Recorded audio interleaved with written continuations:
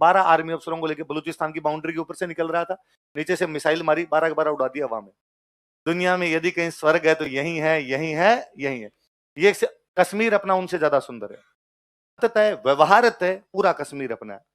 तो मैं सिंपल सा कहता हूं, ये जैसे ही भारत और पाकिस्तान दो अलग अलग देश बने, भारत अलग हुआ और पाकिस्तान अलग हुआ। पाकिस्तान ने बनने के बाद में 3 अटैक किए। कितने अटैक किए?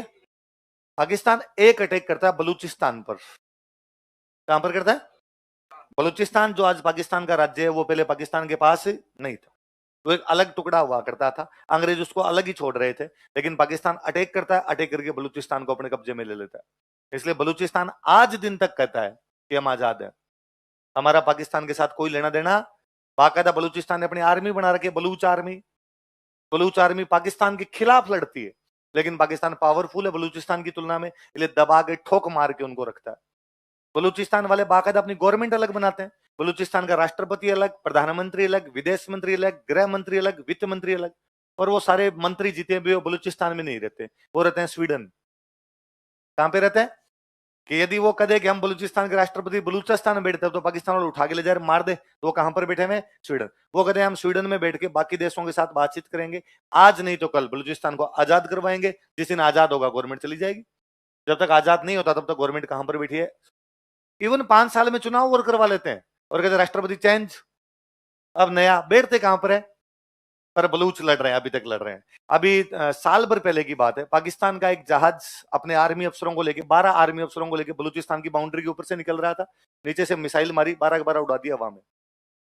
अभी 6 महीने पहले उनकी एक कोई फिजिक्स की प्रोफेसर थी, 35 साल की एक लड़की, बम बांधती है खुद के, कराची के एक ऑफिस के अंदर घुसती है, पूरा ऑफिस उड़ा देती है। वो बलूच सुसाइड बॉम्बर थी। तो बलूच वाले पाकिस्तान में जितने भी अटैक वगैरह होते रहते हैं, इनमें बलूचों का बड़ा हाथ है। कि कभी कोई ऑफिस में हो गया, पुलिस थाने के अंदर हो गया, कोई सेना के मुख्यालय के अंदर हो गया, ये ज्यादातर जो कर रहे हैं कौन करते हैं? बलूच। क्योंकि बलूचों का सपना है कि हमारा देश कौन सा होना चाहिए, हमारा पाकिस्तान के साथ कोई लेना देना, और इसमें भारत तन मन धन से उनके साथ है ना, अपने पूरे पूरे उनके साथ है। 2015 में 15 अगस्त का कार्यक्रम था, और 15 अगस्त के कार्यक्रम में बाकायदा मोदी जी बोल गए कि भारत को तथा बलूचिस्तान को आजादी की शुभकामनाएं। पाकिस्तान वालों ने बड़ा ऐतराज जताया उस पर, बलूचिस्तान को किस बात की शुभकामनाएं? तुम भारत को दो तुम्हारी शुभकामनाएं। हमने कहा गलती हो गई, ऐसे बोल दिया, ऐसे बोल दिया। उधर बलूचिस्तान का राष्ट्रपति कहां बैठता है? उसने हाथों हाथ ट्वीट किया, भारत के यशस्वी तेजस्वी प्रधानमंत्री नरेंद्र भाई दामोदर भाई मोदी को समस्त बलूचिस्तानियों की तरफ से हृदय के अनंतिम गहराइयों से हार्दिक शुभकामनाएं। आज सारे बलूच आपके साथ खड़े हैं, आपने हमारे साथ खड़े रहने का जो मादा दिखाया है, इसके लिए भाई को मुबारकबाद दी जाती है। तो मतलब बलूच बड़े राजी हुए कि नहीं, भारत अपने साथ, और है अपने ढंग से साथ है। उनको जो मिसाइल विसाइल चाहिए होती है ना, कोई उनको धन की आवश्यकता पड़ती है, कुछ भी पड़ती है, तो हम पूरा उनको सुविधा उपलब्ध करवाते हैं, और हम कर लेंगे। बलूचिस्तान को आजाद करवाना हमारा सपना, इंशाअल्लाह एक दिन हमारा सपना पूरा होगा, है ना। होना ही चाहिए जी, जो देश खुद आजाद होना चाहता है वो किसी की गुलामी के अंदर रहना नहीं चाहिए। हम खुद अंग्रेजों की गुलामी भोगे हैं, तो हम समझते हैं कि गुलामी क्या चीज होती है, इसलिए बलूचिस्तान को क्या करवाना अपने आजाद। और मैं चाहता हूं अपने जीवन काल में देख लें तो इससे अच्छा कुछ भी नहीं होगा। एक बलूचिस्तान पे हमला किया, पूरा का पूरा खा गया पाकिस्तान। एक हमला पाकिस्तान करता है कश्मीर। कहां पे करता है? कश्मीर का इश्यू यह था कि कश्मीर जब भारत पाकिस्तान बन रहे थे, कश्मीर में अपने राजा थे हरि सिंह। कौन राजा थे?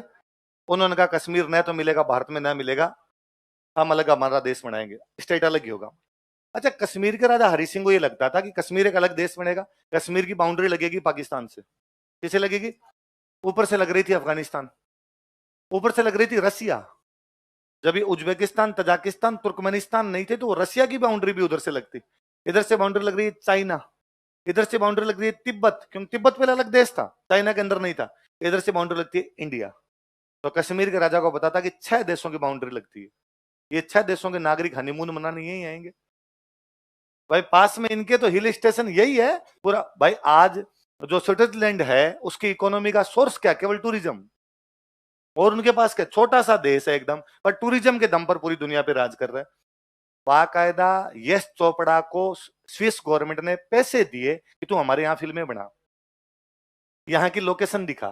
फिर उधर शाहरुख खान को दिखाया, कुछ कुछ होता है, दिल वाले दुल्हनिया ले जाएंगे, अपने वालों ने देखा, अपने वालों लगा रहा। उधर यदि घास के मैदान में ये पोज किया जाए तो मजा ज्यादा आता है। इसलिए हनीमून मनाने अपने वाले सारे कहां जाने लगे, स्विट्जरलैंड जाने लगे। तो यश चोपड़ा को अवार्ड दिए हुए, यश चोपड़ा को, शाहरुख खान को, स्विस गवर्नमेंट के, जैसे अपने भारत रत्न होता है उनके जो अवार्ड है वो इन सबको मिले हुए, कि वहां की टूरिज्म को चमकाने वाले यही लोग हैं।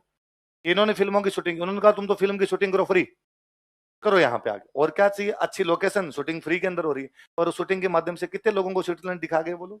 अब बाद में सबको लगता है कि नहीं, एक बार इधर तो वैसा है ना, दुनिया में यदि कहीं स्वर्ग है तो यही है, यही है, यही है। ये कश्मीर अपना उनसे ज्यादा सुंदर है। स्विट्जरलैंड ये कुछ ही नहीं लगता कश्मीर के आगे।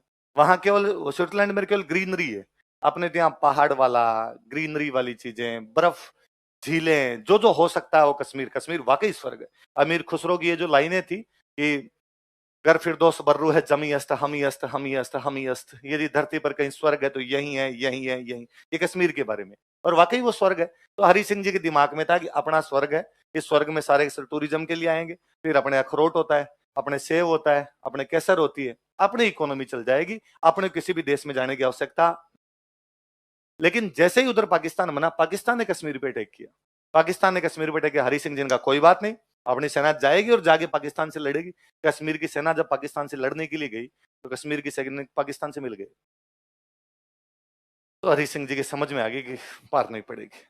अब वो सेना कश्मीर वाली भी पाकिस्तान में मिली, पाकिस्तान की सेना थी वो आधे कश्मीर पे कब्जा कर गए, आधे कश्मीर तक आ गए, आधे कश्मीर तक आ गए। तो हरि सिंह जी को लगा पार पड़ेगी नहीं, अपनी सेना तो पार पड़ेगी नहीं, तो हरि सिंह भाग के नेहरू जी के पास। उन्होंने नेहरू जी को आगे, भाई नेहरू जी पड़ोसी हैं यार, सहायता करो। नेहरू जी का नाना, पड़ोसी तो खूब सारे हैं, किस किस की सहायता करे, हमारा क्या लेना देना तुमसे, तुम आजाद देश हो, तुम विलय करो तो सहायता करे। हरि सिंह ने कागज लाओ, फटाफट कागज लाओ। हरि सिंह ने किए साइन कि मैं कश्मीर का विलय किस में करता हूँ, भारत में। नेहरू जी ने हाथ हाथ इंडियन आर्मी उतर के, जाओ रे लड़ो अपने जाके। इंडियन आर्मी गई, इंडियन आर्मी, मान लो पाकिस्तान की सेना इधर से आगे आ रही है, यहां तक आ रही है पाकिस्तान सेना, इंडियन आर्मी गई, उसने जाके यहीं रोक दिया। अब नेहरू जी को पूछा अब क्या करें, तो नेहरू जी ने कहा रुक जाओ, जितने में अपने केवल रोकना, उनको रोक दो, रोक दिया यहाँ।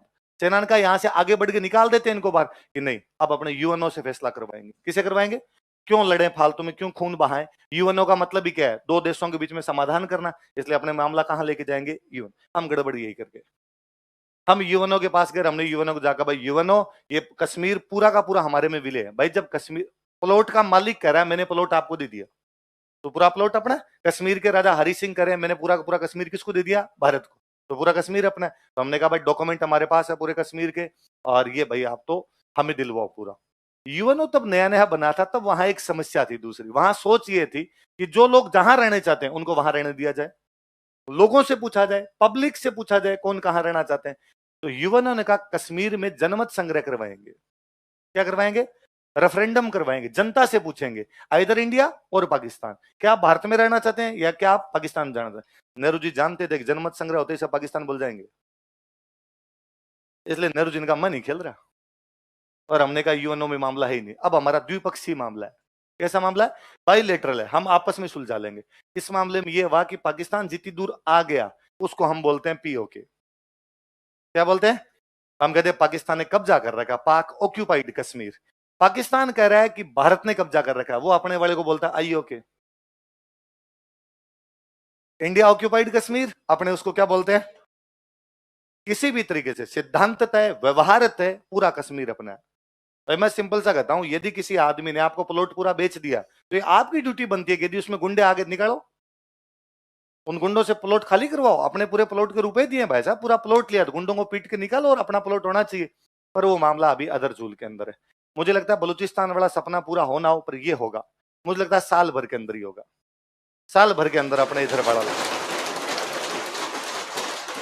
पता नहीं क्यों मुझे भयंकर गट फील आता है कई बार कि मैं रात को सोता हूं कि मैं सुबह जैसे ही उठूंगा और लगेगा पीओके अपना है। और गेंडा स्वामी को देखते हुए लगता भी है कि भाई कर जाएगा, है ना। जिस प्रकार से भाई ने संसद में कहा था कि जान दे देंगे जान कोई द्विपक्षीय मामला नहीं हमारा है, हम लेंगे वापस। अभी उस पीओके वाले कश्मीर में पाकिस्तान, भाई पाकिस्तान आजकल मंगते की स्थिति में भयंकर, है ना, आटा ही नहीं है, हालत ये आटा आटा नहीं है उनके पास में आजकल। तो अभी वो जावेद मियांदाद जो पाकिस्तान का फॉर्मर कैप्टन था, उसने अभी स्टेटमेंट दिया कि भारत को पाकिस्तान में आके खेलना चाहिए। तो उसके नीचे किसी अपने वाले ने ट्वीट किया कि आटा साथ में लड़ा के दे दोगे। मंग तो आ तो जाएंगे, पर आटे वाले प्रबंध तो कर लो तुम, हम क्या करेंगे तुम्हारे यहाँ पर आके। तो वो आटे की हालत खराब हो रखी है उनके। तो अभी तो इन दिनों में आप अखबारों पे थोड़ा सा ध्यान देना, आजकल पीओके में डिस्टर्बेंस है, और पीओके वाले कह रहे हैं हम पाकिस्तान से आजाद होंगे। ये भूखा मर रहा है, खुद तो भूखा मर रहा है, हमारे पे कब्जा कर रखा है, हमें भी भूखा मरेगा। तो हम वो कह रहे हैं कि अब हम पाकिस्तान के साथ नहीं रहेंगे, पाकिस्तान से क्या होंगे। भले कह रहे हैं 10 आदमियों पर स्टेटमेंट आ रहे हैं वहां से, कोई नेता बोल जाता है, कोई और बोल जाता है। ये सब अपनी बहुत अच्छी रणनीति है। ये पहले उधर से पंगे करवाने, उधर पंगे होंगे, वो कहेंगे हम पाकिस्तान से आजाद होंगे, पाकिस्तान से आजाद होंगे। पाकिस्तान उनके ऊपर कोई लाठीचार्ज टाइप करेगा, फायरिंग करेगा, वो लोग भाग के इंडिया की तरफ आएंगे, तब हम कहेंगे कि साहब दूसरे देश के नागरिक आ रहे हैं, इसलिए हमें इंटरफेयर करना पड़ रहा है, हम घुसेंगे। ऐसा हमने बांग्लादेश में किया था, ऐसा हमने एग्जैक्टली बांग्लादेश में हमने यही किया था। बांग्लादेश आजाद हुआ नहीं, करवाया है। यदि बांग्लादेश की कभी गलत फहमी होगी, हम खुद आजाद हो गए, इतने डोल नहीं थे। वो टिक्का खान मार मार के लटका देता है इनको। पाकिस्तान का एक जनरल हुआ करता था टिक्का खान, टिक्का खान को उतारा था यहाँ पे। टिक्का खान पहले बलूचिस्तान गया था, बलूचिस्तान इतना कूटा उसने, इतना कूटा कि बलूचिस्तान वाले टिक्का खान को आज भी कसाई कहते हैं, कि बलूचों का कसाई कौन था, कि टिक्का खान। तो टिक्का खान को इधर भेजा, तो तू बांग्लादेश जा, और उसने इन बंगालियों को मारना शुरू किया। तो बंगाली भाग भाग के इंडिया की तरफ आने शुरू, तो हमने आर्मी उतारी, पूरी आर्मी उतार के भी टिक्का खान सबको मार मूर के कब्जा किया था वहां पे। तो जैसे बांग्लादेश पे कब्जा किया था, वैसा वैसा इधर कब्जा करेंगे। फिर कब्जा करके बांग्लादेश को तो हमने कह दिया था कि भाई इंडिपेंडेंट टेरिटरी है, इसको या तो मिला लेंगे, या कई दिन ऐसा नाटक करेंगे इंडिपेंडेंट टेरिटरी पे धीरे धीरे मिलाएंगे, कुछ ना कुछ करेंगे, जैसे हमने सिक्किम के साथ किया था, है ना। ये अपने कई कांड किए हैं। मेरा इस स्टेटमेंट में कतई विश्वास नहीं कि भारत शांति प्रिय देश है। तो कहना यही है, हम शांति प्रिय हैं, पर होना भी नहीं चाहिए। शांति नहीं होनी चाहिए, युद्ध जरूरी है ताकि शांति बनी रहे। ये सब बकवास बातें हैं कि शांति से सभी मामलों के हल निकल जाते हैं ना। बिस्मार्क बहुत पहले कह के गया था, दुनिया की तमाम बड़ी समस्याओं का हल केवल और केवल युद्ध के मैदान में। और यदि शांति से बातें हल होती हो तो साहब कश्मीर से सेना हटा के देख लो, किसी भी बाउंड्री से सेना हटा के देख लो। आप और मैं यहाँ पे बैठ के खिलखिल हंसते रहते हैं, आप और मैं यहाँ पे निश्चिंत बैठे रहते हैं। 1 बजे आते हो, 7 बजे जाते हो, घर जाते हो, निश्चिंत जाते हो, घर ही पहुंचेंगे। ये केवल इसलिए क्योंकि आपकी सेना बाउंड्री पे है। जिस दिन सेना बाउंड्री पे नहीं होगी, उस दिन पाकिस्तान इधर से नाश्ता करेगा पटियाला, और चाइना इधर से नाश्ता करेगा आगे उत्तराखंड, सारे के सारे अंदर घुसेंगे। तो ये सब बकवास बातें हैं, शांति प्रिय होना चाहिए, कोई शांति नहीं, पूरी अशांति उत्पन्न करके रखनी। पड़ोसियों को जितना तंग कर सकते हो उतना तंग किया जाना। पड़ोसी तंग रहेंगे तो आप सुखी रहोगे, पड़ोसी सुखी है तो आप हमेशा क्या रहोगे। तो ये इसमें फंडेड टू बी क्लियर रहना चाहिए। तो पाकिस्तान एक अटैक करता है बलूचों पे, पूरा खा गया। पाकिस्तान एक अटैक करता है कश्मीर पे, आधा खा गया। पाकिस्तान एक अटैक करता है जैसलमेर, कहां करता है, उसने तीनों तरफ से कबीलाई भेजे थे अपने, कबीलाई वो जनजातियां हैं बॉर्डर के आसपास की थी, सेना ही उनकी, और उनको जनजातियों टाइप के कपड़े पहना के भेजे। तो मुझे ये भी कभी समझ नहीं आया कि पाकिस्तान की सेना की ड्रेस सलवार कमीज क्यों है। दुनिया की एकमात्र फौज जो सलवार पहनती है वो पाकिस्तान है। मेरे ये भी कभी नहीं समझ में आया कि पाकिस्तान के जीते जनरल्स की फोटो देखता हूं, उनके मेडल है। उन्होंने 4 युद्ध लड़े हैं, भारत से लड़े हैं, चारों के अंदर वो हारे हैं, फिर मेडल कहां से आए। 3-4 जीते भी हुए भारत से, वे सारे के सारे हारे, मेडल कहां से लाए वो। तो मैं बताऊं, उसका जवाब है मेरे पास, वो मेडल कहां से लाए। पाकिस्तान की सेना भाड़े पे जाती है ना, सऊदी अरब है, सऊदी अरब, सऊदी अरब के पास खुद की सेना नहीं है। वो तेल निकालने मजे करते हैं। शेख है, एक शेख 15-20 लुगाइयां ली, तेल लिया आपने, कुछ ज्यादा दीन दुनिया को उनको लेना देना। तो वो पाकिस्तान की सेना को बुलाते हैं, भाई तुम हमारे यहाँ के लड़ो। तो पाकिस्तान की सेना वहां छोटा मोटा कोई विद्रोह होती है, उनको कूट काट के आ जाती है, और कूट काट कहते हैं इसको भाई साहब दे दो परमवीर चक्र, भाई जो भी उनका चक्र होता होगा ऐसा, फलान जी को दे दो, ये फलान जी खुद ही ऐसे मेडल बांट लेते हैं। आजकल वहां आईएस आ रखा, आईएस है ना। तो पिछले दिनों सऊदी अरब ने इनको एक जगह वास्तव में लड़ने भेज दिया। अब तक तो लड़ने नहीं भेजते थे, अब तो यूं ही था, वास्तव में लड़ने भेज दिया। तो ये चपले हाथ में लेके आए थे, बहुत बुरी हालत हुई थी, बाजवा इनकी हालत खराब हो गई थी। तो बीच में सऊदियों ने इनके पैसे वैसे रोक दिए थे कि मंग तो एक लड़ाई में भेजा तुम, मेडल लटका लटका गए रे, वहां से चपले हाथ में ले लेके आए। तो अजीब सा ही देश है, इस प्रकार की अजीब ही चीजें होती रहती। तो पाकिस्तान का तो है ना कि एक बार अमेरिका कोई बड़ा जनरल यहाँ पाकिस्तान आया, और सेना के सामने सेना की परेड करवाई उसके साथ। तो पाकिस्तान वाले सैनिक पता नहीं क्यों नहाए नहीं थे कई दिनों से, तो कोई इधर खुजली करे, बस मैं सावधान खड़े रहो यार, वो सावधान खड़ा नहीं हुआ जाए। तो पाकिस्तान का जो जनरल था उसने आके, सॉरी अमेरिका वाला जो जनरल था उसने पाकिस्तान वाले जनरल को आके कहा कि अरे ये तुम्हारे जो है ना ये नहाए नहीं कई दिनों से और इनके अंडरगारमेंट्स चेंज नहीं हुए, इसलिए इनके सबके खुजली हो रखी है, इनके अंडरगारमेंट चेंज करवाओ। पाकिस्तान वाले जनरल की अंग्रेजी मेरी तरह, उसको बापड़े को ये समझ में है कि अंडरगारमेंट चेंज करवाने, उसने जाते सेना के सामने अंग्रेजी बोली अपनी सेना, और उसने सेना को जाकर के भाई सबको अंडरगारमेंट चेंज करने, इसलिए अहमद असलम के पहनेगा असलम, यासीन के पहनेगा यासीन, उसने आपस में चेंज करवा दिए। ये आर्मी है उनकी। तो आज दिन तक एकमात्र आर्मी है जिसके 93,000 फौजियों ने एक साथ घुटने टेक दिए। 93,000 फौजी, मतलब दुनिया में कमजोर से कमजोर देश की सेना ने भी ऐसे सरेंडर नहीं किया। ये सरेंडर किसका किया हुआ है? 71 का वॉर 93,000 फौजी सरेंडर करके एक साथ हाथ खड़े किए, भाई हम नहीं लड़ेंगे, काली गाय है, मार मत देना हमें। अभी जब ये अपने 2020 वर्ल्ड कप चल रहा था तो पाकिस्तान इंग्लैंड में फाइनल हुआ, तो अपने इंग्लैंड ने सेमीफाइनल में अपने कूट दिया, भयंकर कूट दिया। अपने वाले रन बना के 168 या 172 कितने रन बनाए, वो दोनों आउट ही नहीं हुए। वो बटलर और कौन है वो अकेले मार गए, 10 विकेट से हरा गए। पिछले 2020 वर्ल्ड कप में पाकिस्तान वाले अपने को 10 विकेट से हरा गए थे। तो पाकिस्तान के प्रधानमंत्री को शर्म नहीं आई, शाहबाज शरीफ ने ऐसा टुच्चा ट्वीट किया और उसने लिखा कल जो फाइनल होगा वो उन दो टीमों के बीच में होगा जिसने भारत को 10-10 विकेट से हराया। 158-0 वर्सेज 168-0 आज जीतो अभी था, उनके बीच में होगा। अपने को एक फौज से रिटायर्ड जनरल साहब सरदार जी थे, शाम को 8 बजे के बाद सरदार जी को ट्वीट बड़ा अजीब लगा। सरदार जी ने वापस नीचे लिखा, कहा ये 158-0 और 168-0 तो क्या पता रिकॉर्ड टूट जाएंगे, पर 93,000 तो टूट ही नहीं सकता। 93,000 सोल्जर तुम्हारे घुटने टेक के गए थे। शाहबाज शरीफ ने ट्वीट डिलीट किया, उसने मरने दो रहा है, डिलीट करो। किसने कर दिया अपने इधर से। तो ये जब इधर जैसलमेर वाला हमला अपने हुआ तो जैसलमेर के राजा को लगा पार नहीं पड़ेगी अपने, तो जैसलमेर के राजा ने जोधपुर से सहायता मांगी। जोधपुर नजदीक था पड़ोस के अंदर, तो जोधपुर वालों से कहा भाई मेरी सहायता कीजिए। जोधपुर के राजा ने कहा भाई चिंता मत करो, हम अपनी आर्मी भेजते हैं। तो जोधपुर ने अपनी आर्मी और अपनी एयरफोर्स दोनों उतारी।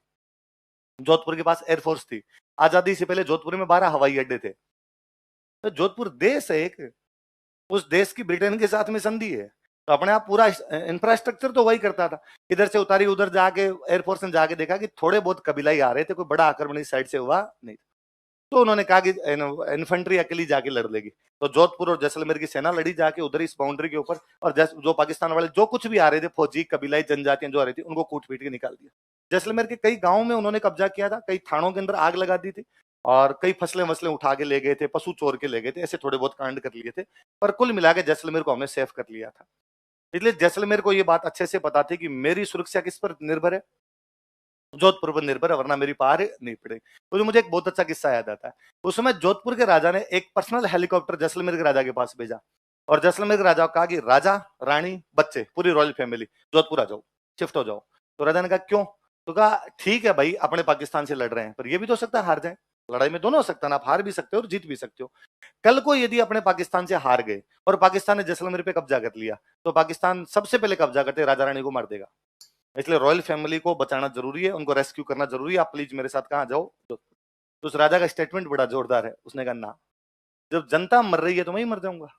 जिस जनता से 1000 साल तक टैक्स लिए थे उसको इस दुख की घड़ी में छोड़ के तो भागा नहीं जा सकता। आज मैं भगोड़ा हो जाऊं, यहां से भाग जाऊं, लोग क्या कहेंगे कि जब सुख के दिन थे हम टैक्स दिया करते तब तो यहाँ बैठा बैठा दादागिरी करता, और एक दिन हमारे लुगाई टावरों को जब मारा जा रहा था सबसे पहले भागने वाला कौन था? राजा। मैं ये कलंक लेके नहीं जाऊंगा, मैं यही रहूंगा, मरूंगा तो मर जाऊंगा, जीऊंगा तो जीऊंगा। आपको सहायता करनी है तो करो, वरना हम अपने दम पर लड़ लेंगे। तब मुझे याद आता है कि इस बार जब तालिबान ने अफगानिस्तान पर कब्जा किया तो सबसे पहले भागने वाला अफगानिस्तान का राष्ट्रपति अशरफ गनी था। राजा का किरदार, आपके जो प्रधानमंत्री, आपका राष्ट्रपति, आपका जो सर्वोच्च व्यक्ति, उसका किरदार कैसा होना चाहिए, इससे बहुत कुछ डिपेंड करता है कि आपका देश कैसा है। यूक्रेन वाला हमला हुआ है, उनके राष्ट्रपति को पता नहीं है कहाँ, कहाँ है वो, पता ही नहीं। कहीं फोटो शूट करवा रहा था बीच में, एक बार वाइफ के साथ फोटो शूट आए थे उसके, कि फोटो शूट करा रहा था पहाड़ों के बीच में। फिर आप कहोगे साहब देश बच जाएगा। देश ऐसे नहीं बचते साहब, आपको फ्रंट पे आके बैटिंग करनी होती है, तब आपका देश बच पाते हैं। आप यूं पीछे बैठे रहोगे तो देश पे कोई दूसरे आगे कब्जा ही करेंगे। तो यूक्रेन की हालत खराब, रशिया चारों तरफ से उसके अंदर ही घुसने जा रहा है। उसने सोचा था अमेरिका आ जाएगा, फलाना जाएगा, कोई नहीं यार। और सोचा था कि साहब फलाने रशिया पर ये कर देंगे, वो कर देंगे, कुछ ही नहीं हो रहा। आजकल तो उनकी कौन विदेश मंत्री की तरह अपने दिल्ली घूम रही है। तो उसने अभी और कहा था कि भारत तो बात कर ले रूस से तो हमारे को ये किया जा सकता है, भारत विश्व गुरु है, पहले भी गुरु था, अब भी उसको गुरु की भूमिका निभानी चाहिए। उसने ऐसा ट्वीट किया, उसके नीचे अपने वाली जनता लगी पड़ी थी, अब याद आ रहे हैं। अपने वाली जनता को मौका चाहिए कुछ ना कुछ। तो अपने भारत में एक बहुत बड़े नेता थे, उनका नाम था राम मनोहर लोहिया। क्या नाम था? और लोहिया जी ने नेहरू जी को कहा कि नेहरू जी, राजस्थान की 3 रियासतें बाउंड्री पर है, बीकानेर, जोधपुर, जैसलमेर। कौन कौन सी? तीनों की पाकिस्तान से बाउंड्री लगती है। खुदा ना खास्ता इधर कश्मीर जैसी स्थिति आ गई तो, थोड़े बहुत पर भी कब्जा कर गए तो आप ऐसे कैसे कर सकते हैं कि 3 ये बाउंड्री खुली छोड़ दें? किसी बड़े राज्य में मिलाओ ताकि सुरक्षा करनी आसान हो सके, इन तीनों को इधर मिलाओ। तो इनके भी समझ में आया कि यार बात तो सही है। बाकायदा राम मनोहर लोहिया ने आंदोलन कर दिया, एक पार्टी बनाई, राजस्थान आंदोलन समिति। क्या बनाई? और कहा जितनी भी रियासतें बची हुई उनका फटाफट राजस्थान में क्या किया जाए, विलय। देखो